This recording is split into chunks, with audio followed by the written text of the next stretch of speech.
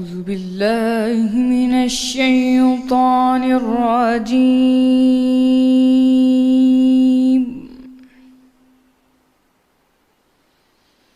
بسم الله الرحمن الرحيم.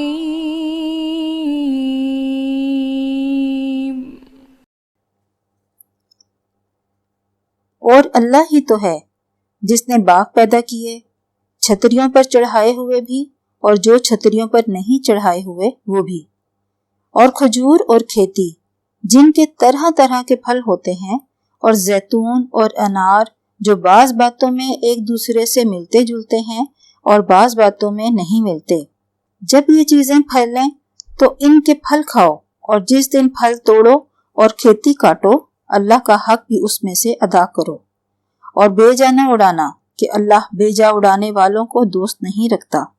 اور چار پایوں میں بوجھ اٹھانے والے یعنی بڑے بڑے بھی پیدا کیے، اور زمین سے لگے ہوئے یعنی چھوٹے چھوٹے بھی۔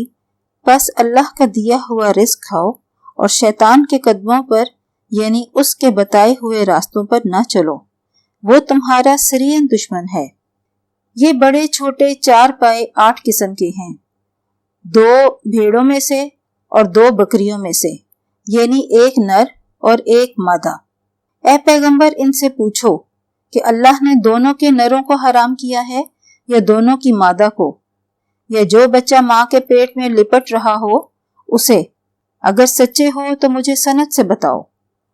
اور 2 اونٹوں میں سے اور 2 گایوں میں سے، ان کے بارے میں بھی ان سے پوچھو کہ اللہ نے دونوں کے نروں کو حرام کیا ہے یا دونوں کی مادہ کو، یا جو بچہ مادہ کے پیٹ میں لپٹ رہا ہو اس کو۔ بھلا جس وقت اللہ نے تم کو اس کا حکم دیا تھا تم اس وقت موجود تھے؟